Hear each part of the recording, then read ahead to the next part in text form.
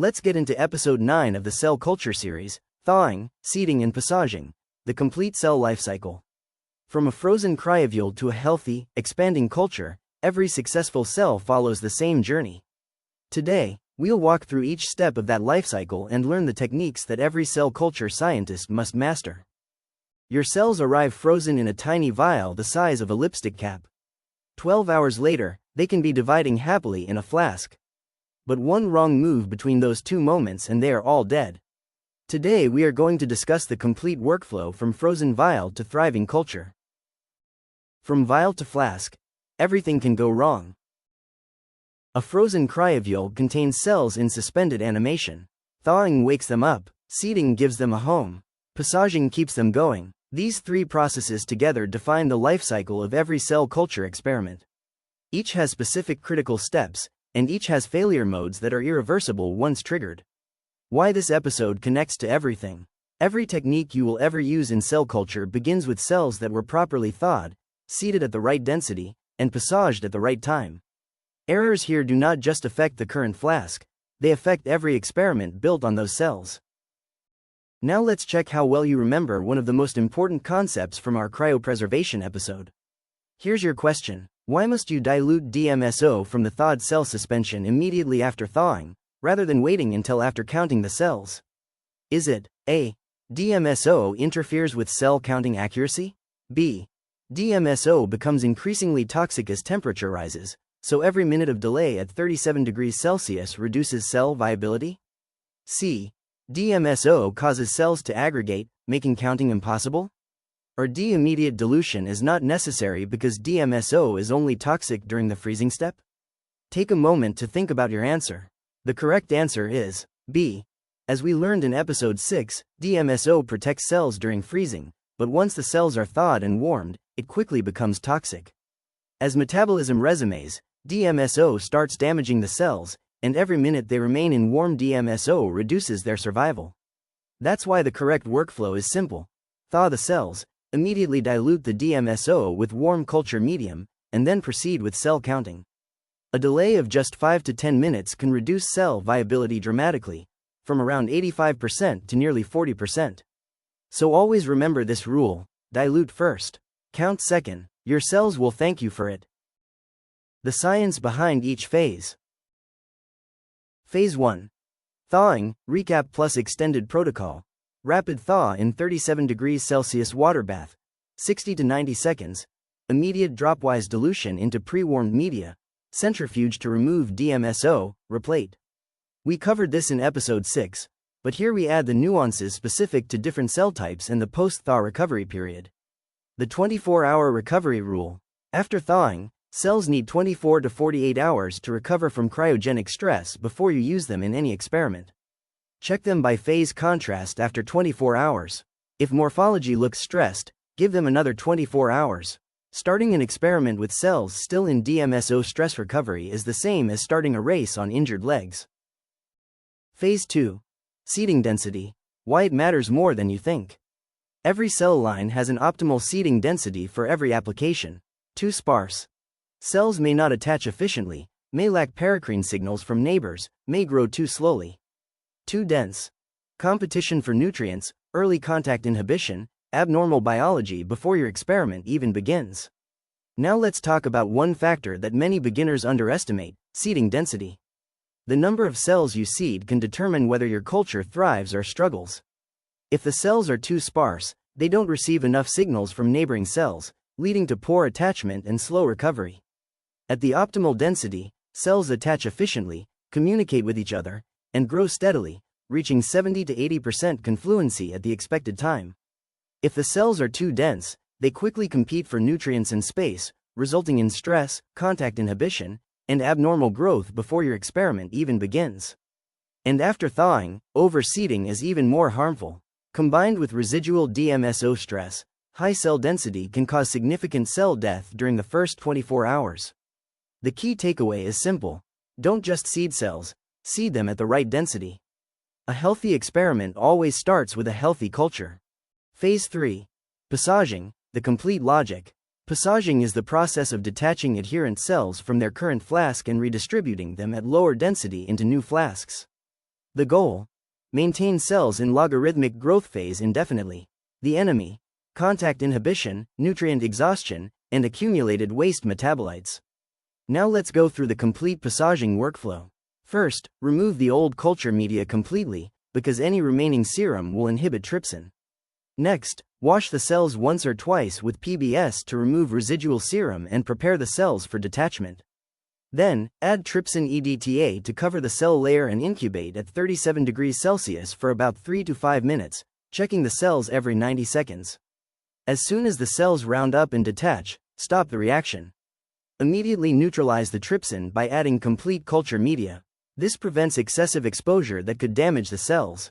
Now count the viable cells using a hemocytometer or automated cell counter with Trypan Blue, calculate the required split ratio, and finally seed the cells into a new flask at the desired density. And don't forget, label the flask and record the passage number immediately. Good documentation is just as important as good technique. Now it's time to test your understanding with another quick question. Why is washing cells with PBS before adding trypsin so important? Is it A. PBS prevents trypsin from drying out during incubation? B. Residual serum in the culture media contains proteins that inhibit trypsin, reducing its efficiency? C.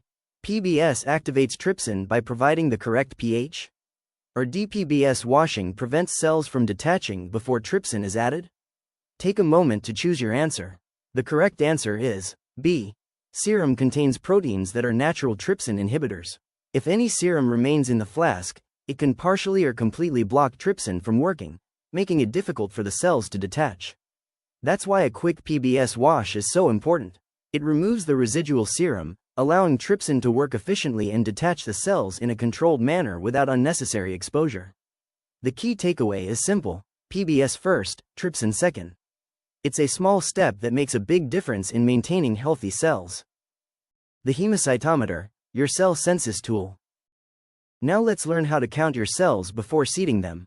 A hemocytometer is a specialized counting chamber that helps you measure two important things: the total number of cells and the percentage of live cells, also known as cell viability.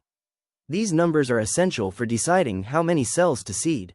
First, mix your cell suspension thoroughly by gently pipetting up and down several times to break up any clumps. Next, mix 10 microliters of the cell suspension with 10 microliters of 0.4% Trypan Blue. This creates a 1-to-1 dilution. Trypan Blue stains dead cells blue, while live cells remain clear. Load 10 microliters of this mixture into the hemocytometer and allow it to settle for about 1 minute. Under the microscope, count the live and dead cells in the 4 corner squares. From this count, calculate the viable cell concentration and then determine the cell viability percentage. As a general rule, if the viability is below 70%, the culture should not be used for experiments because the cells are under too much stress. Now let's apply those numbers to a simple seeding calculation. Suppose your target is 100,000 HeLa cells in a T25 flask, and your cell count is 500,000 cells per milliliter. Divide the target cell number by the cell concentration, giving 0.2 milliliters of cell suspension. Add that 0.2 milliliters to the flask and make up the total volume to 5 milliliters with complete culture media. The math is straightforward, but calculating the correct seeding density every time is what makes your experiments consistent, reproducible, and reliable. Now, let's test what you've learned with a quick calculation challenge. Here's the question. You count 40 live cells and 10 dead cells across the 4 corner squares of your hemocytometer. Your dilution factor is 2. What are the viable cell density and the viability percentage? A. Viable density, 400,000 cells per milliliter. Viability, 80%. B. Viable density, 200,000 cells per milliliter. Viability, 80%. C. Viable density, 400,000 cells per milliliter. Viability, 40%. D. Viable density, 800,000 cells per milliliter. Viability, 80%. Pause for a moment and choose your answer. The correct answer is option B. Here's why. You counted 40 live cells across 4 large squares, which gives an average of 10 live cells per square. Using the standard formula, 10 times 10,000 times 2 equals 200,000 viable cells per milliliter. For viability, divide the number of live cells by the total number of cells. 40 divided by 50 equals 80% viability. This is exactly why averaging your cell count correctly is so important. A small calculation mistake can lead to the wrong seeding density, affecting the entire experiment. Always count carefully, calculate accurately, and double-check your numbers before moving forward. 4 mistakes that destroy passaging quality. Mistake 1. Over-trypsinizing. The fix. Watch cells under the microscope during trypsinization. The moment cells round up and detach, neutralize immediately. Over-trypsinization permanently damages surface receptors and adhesion proteins. Cells will reattach poorly, grow abnormally, and give unreliable results. Mistake 2. Under-trypsinizing, counting clumps. The fix. Clumps of cells give inaccurate counts. Each clump counts as one cell, and uneven seeding. Clumps eventually separate unevenly. If cells do not detach in 5 minutes, do not leave trypsin on longer, instead gently tap the flask. If still clumping, pipette vigorously to break up before counting. Mistake 3. Not neutralizing trypsin promptly. The fix. Add complete media, containing serum, the moment cells detach. The serum inhibits trypsin immediately. Leaving cells in trypsin solution for even 2 to 3 extra minutes after detachment causes surface protein damage that affects proliferation and experimental outcomes. Mistake 4. Seeding too densely after thaw. The fix. After thawing, cells are already stressed. Seed at the lower end of the recommended density range, not the upper. High post-thaw density amplifies stress effects and accelerates contact inhibition before cells have fully recovered. Give them space.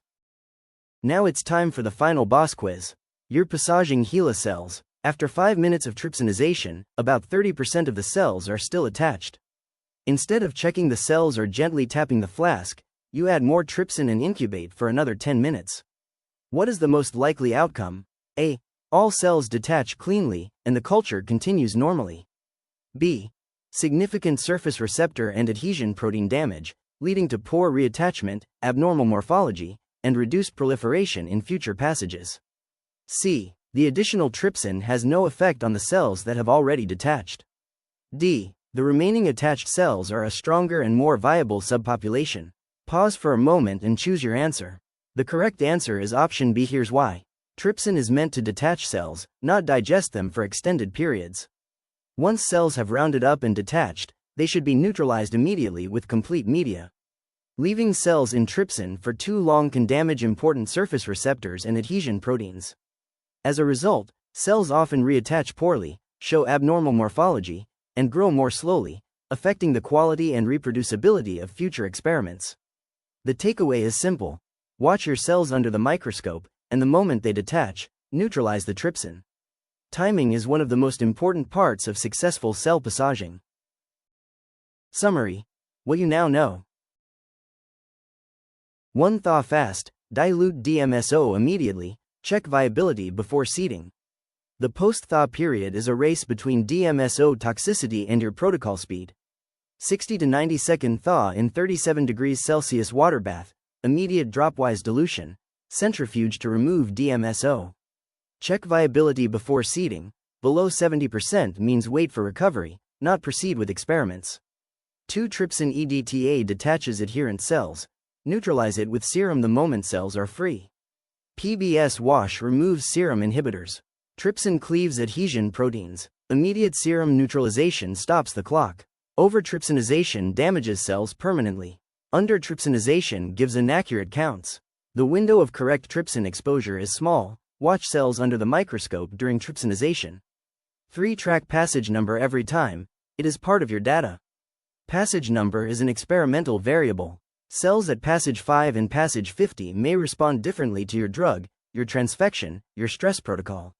Recording passage number in every experiment record is not optional paperwork. It is the information that makes your results interpretable. Thanks for watching episode 9 of Cell Culture series. In the next episode, we'll dive deeper into adherent versus suspension cells.